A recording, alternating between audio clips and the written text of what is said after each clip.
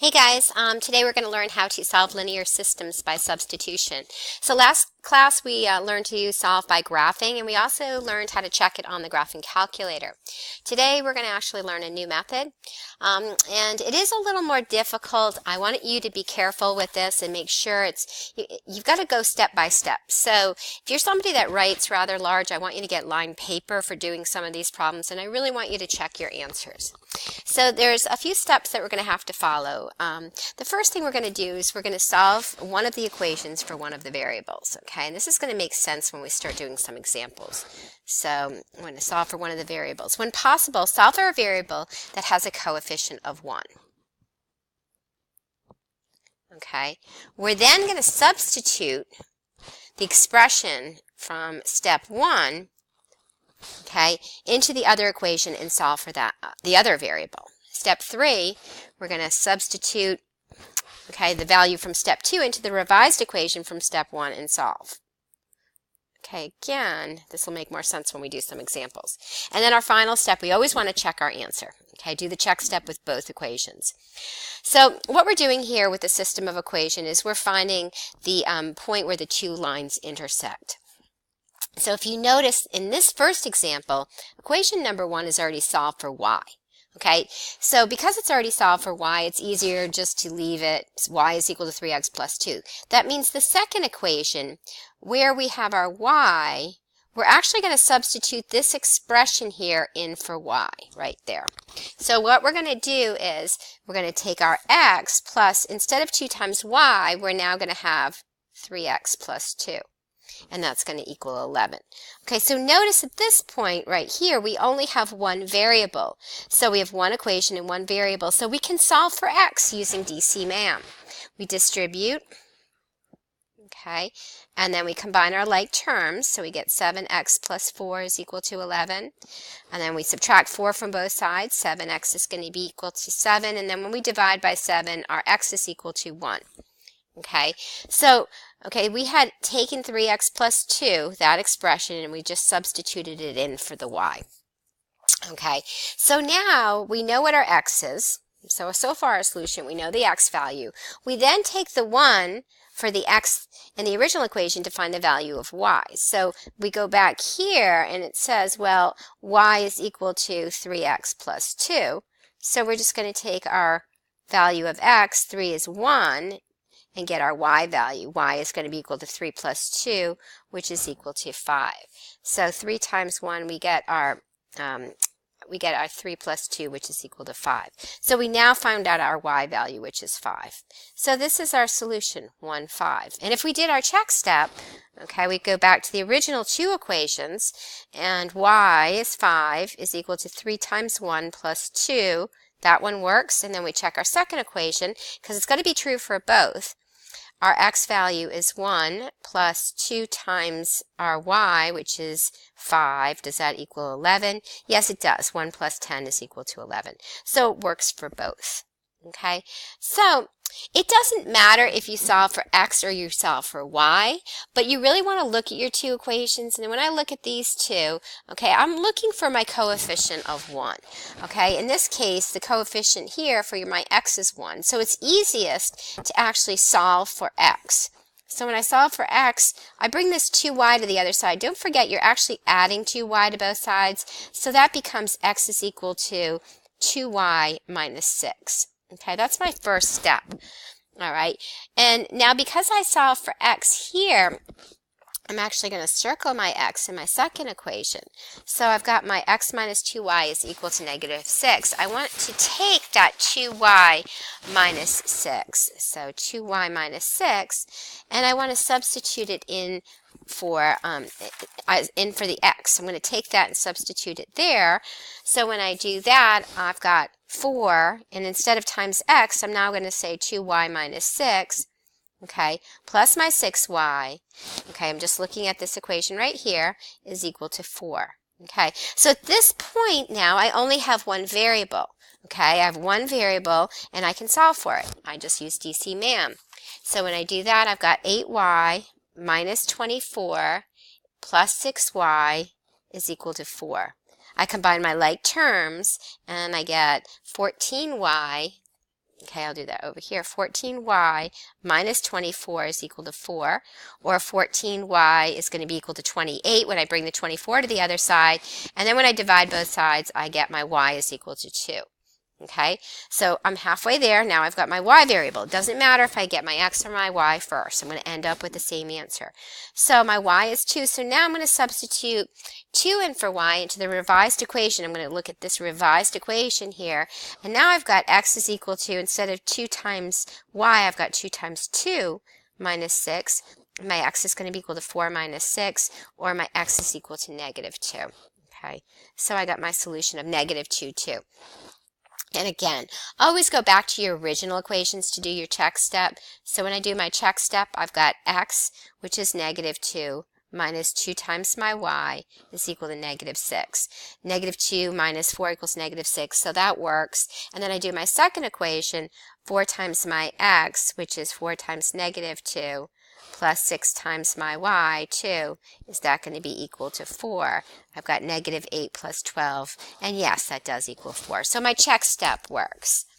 Okay, so now we've got a bunch of examples here. So I'm going to go through them pretty fast, but I'd like you to stop and actually try a few and then go back. The answer key for all of these problems is on Student View on the website, so I want you to actually go back and check. So when I look at number 1, okay, I've got a negative 5x plus y is negative 2. If I look at these two equations here, the easiest to solve for is the first one. We're going to solve for y because we have a coefficient of 1. So y is going to be equal to positive 5x minus 2. We just brought the 5x to the other side. Now, because I solved for y in the first equation, I, as a strategy, just like to circle the y in the second equation so I don't get myself confused. I then substitute in, instead of the y, I now have negative 3x, okay, plus 6 times, instead of y, I'm going to have 5x minus 2. Now be careful and make sure you actually leave them in parentheses because you want to distribute that. And that's going to equal negative 12. So I just substituted the expression into the second. And then all I do is I distribute, and I get my answer of negative 12. They combine like terms, negative, and then I got positive 27x minus 12 equals negative 12. 27x, when I bring the 12 to the other side, is 0. And then when I divide, I get my x is 0.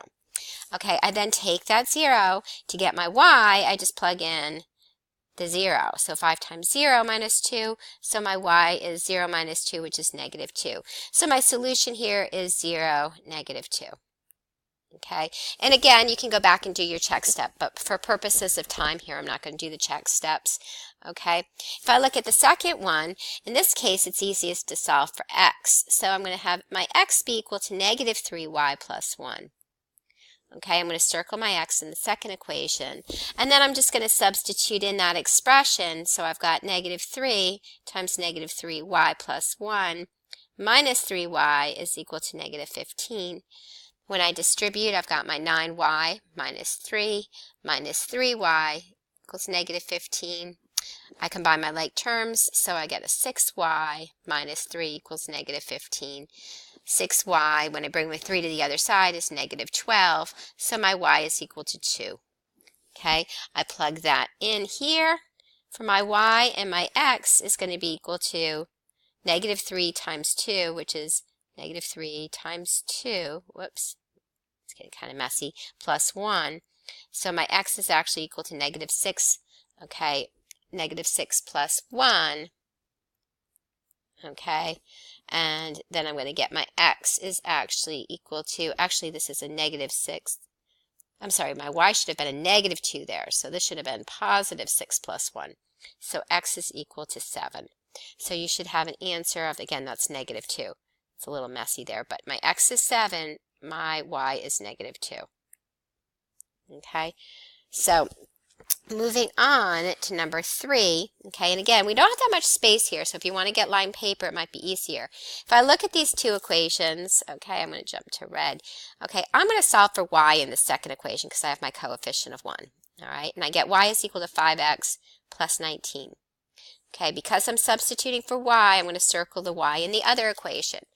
And then when I rewrite it, I've got negative 3x minus 8 times 5x plus 19 is going to be equal to 20. All right, negative 3x, and I distribute, it's negative 40x minus 152 is equal to 20. Combine my like terms, negative 43x minus 152 is equal to 20. And then when I bring the 152 to the other side, negative 43x is equal to 172. And then when I divide, my x is equal to negative 4. I take my negative 4, I plug it back in. My y is equal to 4 times, that's going to be 5 times. Let's get this eraser working a little bit better here. Doesn't want to cooperate. Okay, so my y is equal to 5 times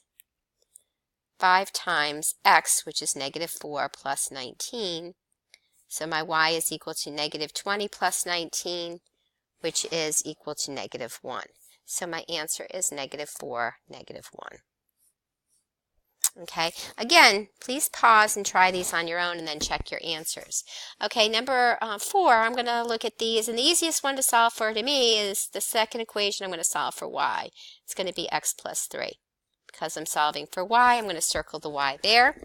And I've got my negative 3x plus 3 times x plus 3, and that's going to be equal to 4. I distribute negative 3x plus 3x plus 9 is equal to 4. When I look at my 3x's, my negative and positive, they cancel out, and I'm left with 9 is equal to 4.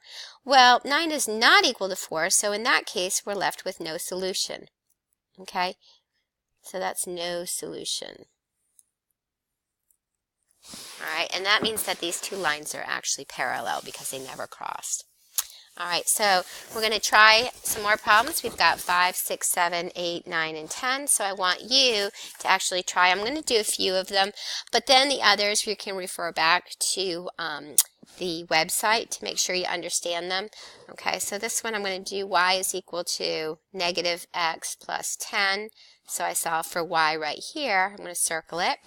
5x, and I'm going to subtract. I'm not going to forget to distribute. Negative x plus 10 equals 2. Okay, 5x, now I distribute. I get plus x minus 10 equals 2.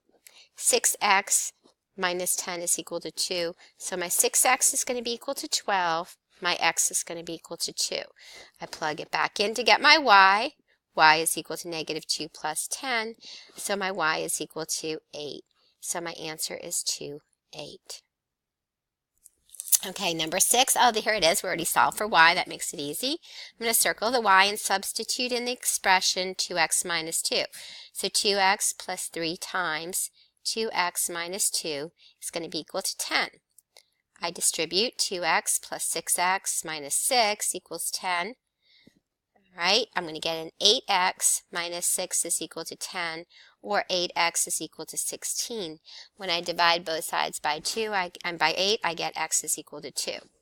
All right, I then plug that 2 back in here, and my y is equal to 2 times 2 minus 2, or y is equal to 4 minus 2, and I get a y of 2.